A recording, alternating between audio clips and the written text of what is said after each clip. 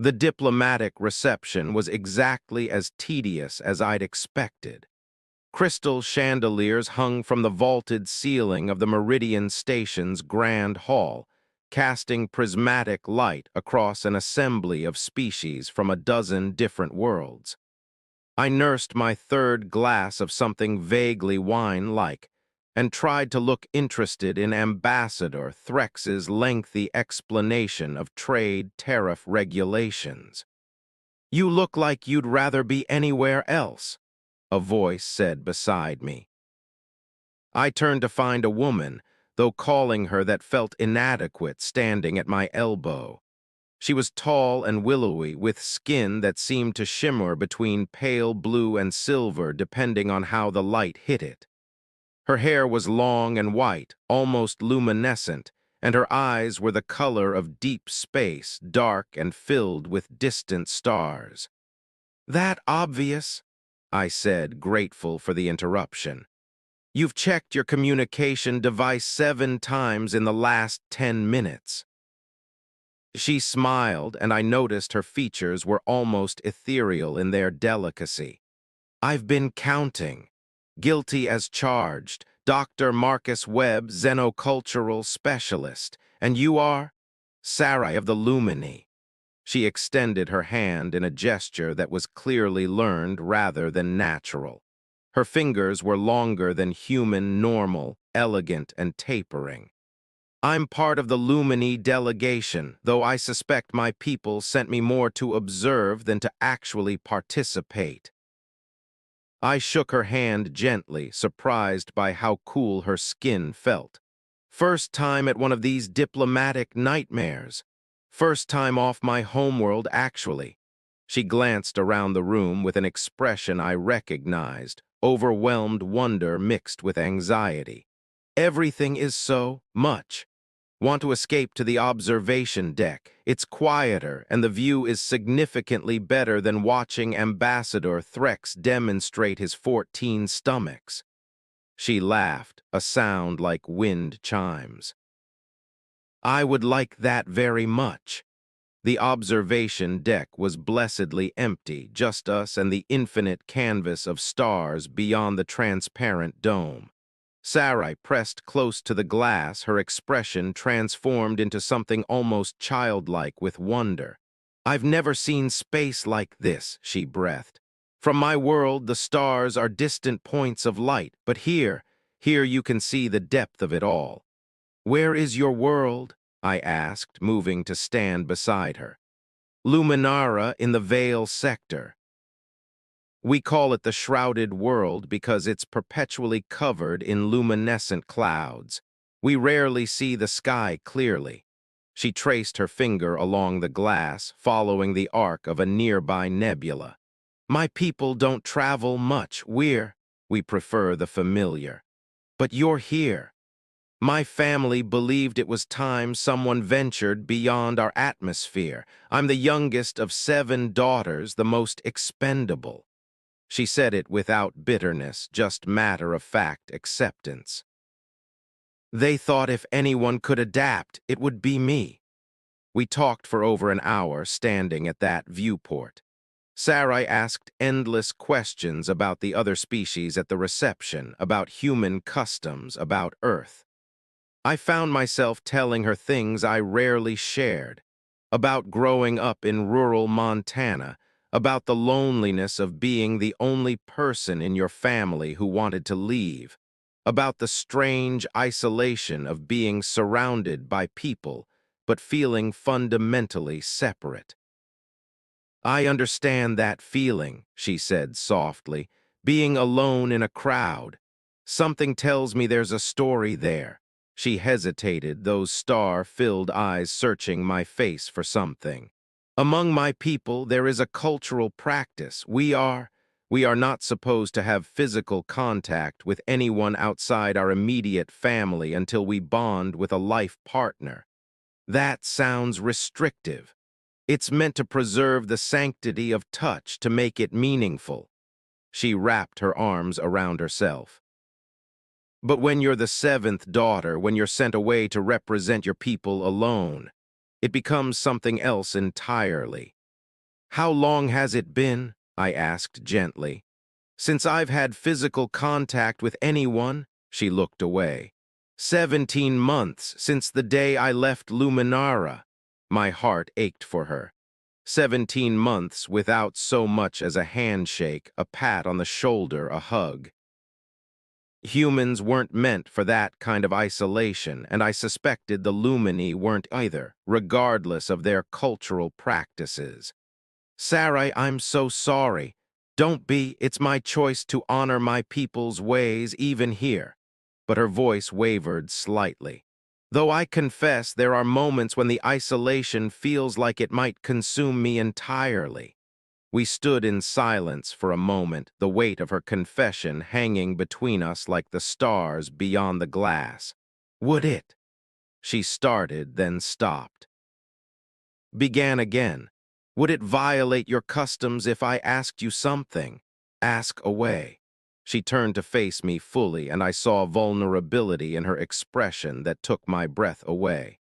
Will you be my first contact beyond what necessity demands?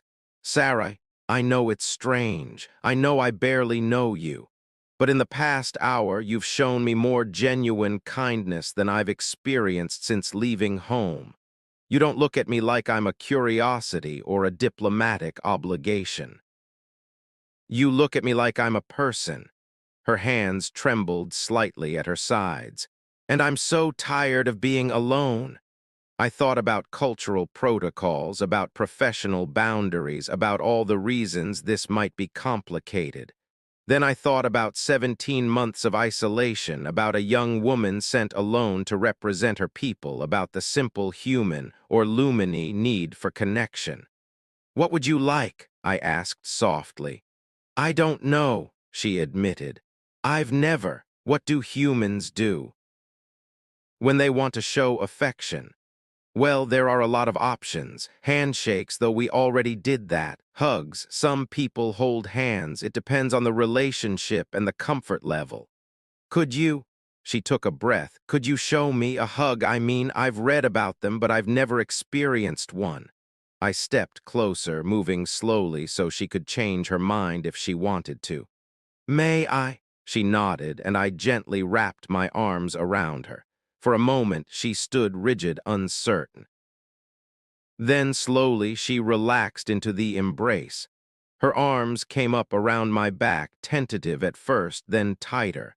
A sound escaped her throat, something between a gasp and a sob. Her whole body shuddered. I didn't know, she whispered against my shoulder.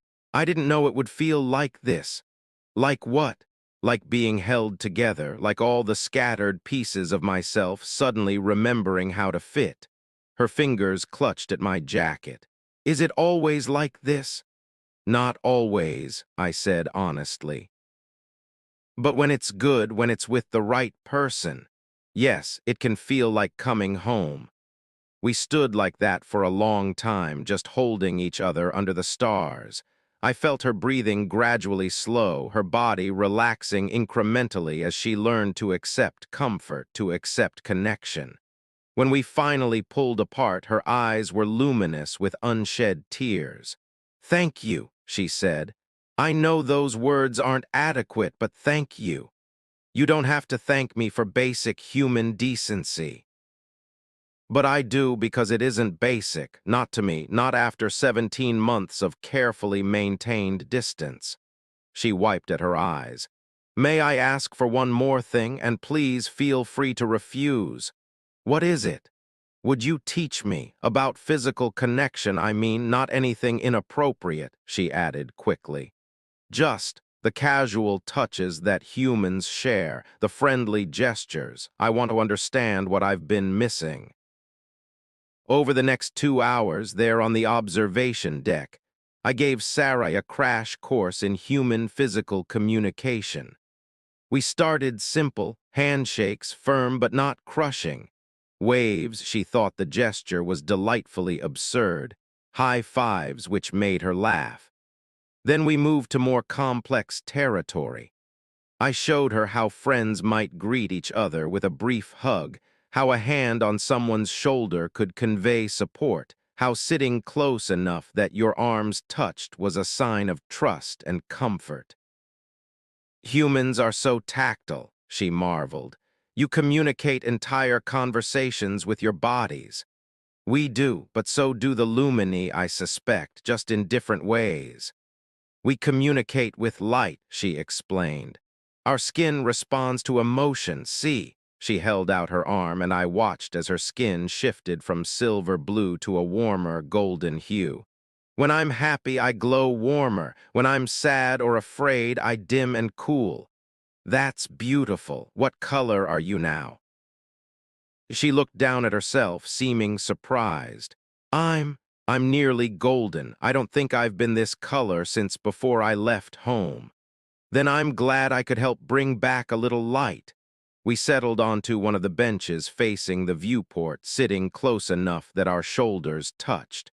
Sarai leaned her head against my shoulder tentatively, and when I didn't move away, she relaxed into the contact.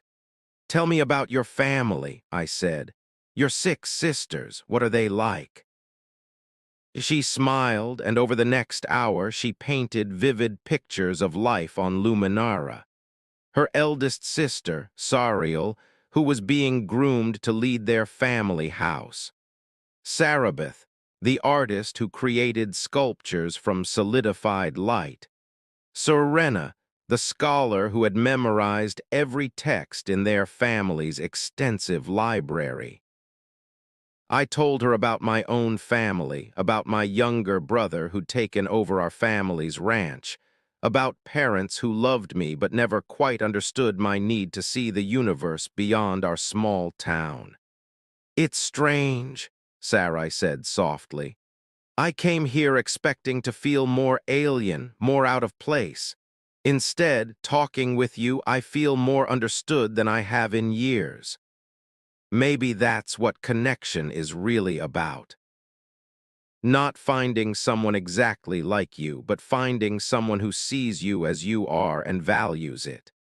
She lifted her head from my shoulder to look at me directly.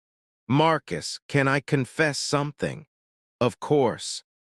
When I arrived at this station, I was terrified, not just of the unfamiliar, but of myself, of the possibility that I might have made a terrible mistake leaving Luminara, that I might not be strong enough or adaptable enough to survive away from everything I've ever known. Her hand found mine, fingers interlacing. But tonight you've shown me that there are kind people in this vast universe. That connection is possible even across the gulfs between our worlds. You were always strong enough, Sarai. You just needed a reminder. Will you, she hesitated, will you be angry if I ask for something selfish? Try me. The diplomatic reception continues for 3 more days. During that time, would you be willing to spend time with me? To continue teaching me about connection and friendship. I know you have obligations and I don't want to impose, but yes, I interrupted gently. I would like that very much. Her face transformed with joy, her skin brightening to almost pure gold. Really? Really, though I should warn you, I'm going to insist we skip at least some of the official programming.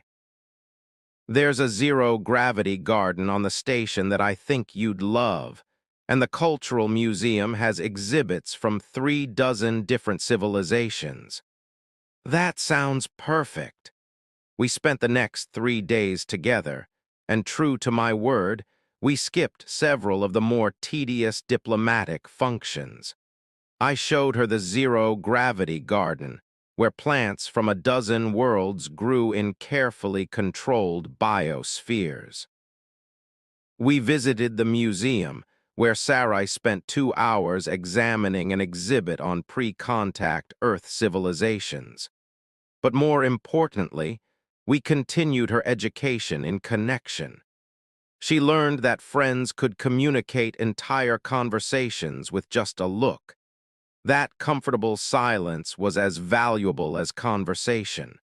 That sometimes, when words failed, A hand to hold or a shoulder to lean on could say everything that needed saying. On the final evening, we returned to the observation deck where we'd first really talked. Sarai had grown more confident over the past days, no longer hesitating before reaching for my hand or moving closer when we sat together. "I leave for Luminara tomorrow," she said, watching the stars. "Back to my shrouded world, to my family and my responsibilities." "You'll do great things there," I said. "Bring back everything you've learned here." "I will, but I'm going to miss you."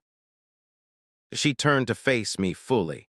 "Marcus, you've given me something I didn't know I needed, not just physical connection, though that was life-changing in itself. You've given me hope that I can bridge the gap between my world and the wider universe, that I can honor my culture while still growing beyond it. You did that yourself. I just happened to be there when you were ready." She pulled me into a hug, no longer tentative or uncertain, but warm and genuine.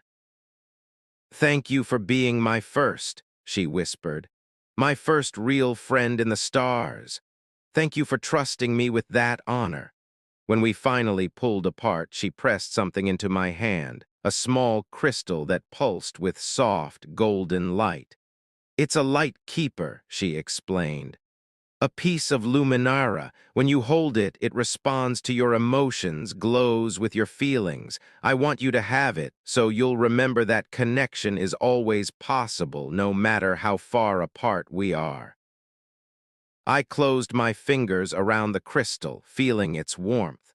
"I'll treasure it, and I'll treasure these 3 days for the rest of my life." She left the next morning, but she didn't leave alone. She carried with her the knowledge that she was strong enough, brave enough, and worthy enough to build bridges between worlds. And I carried the memory of teaching someone that being touched, being held, being truly seen, those aren't luxuries. They're fundamental to what makes us whole, no matter what world we call home.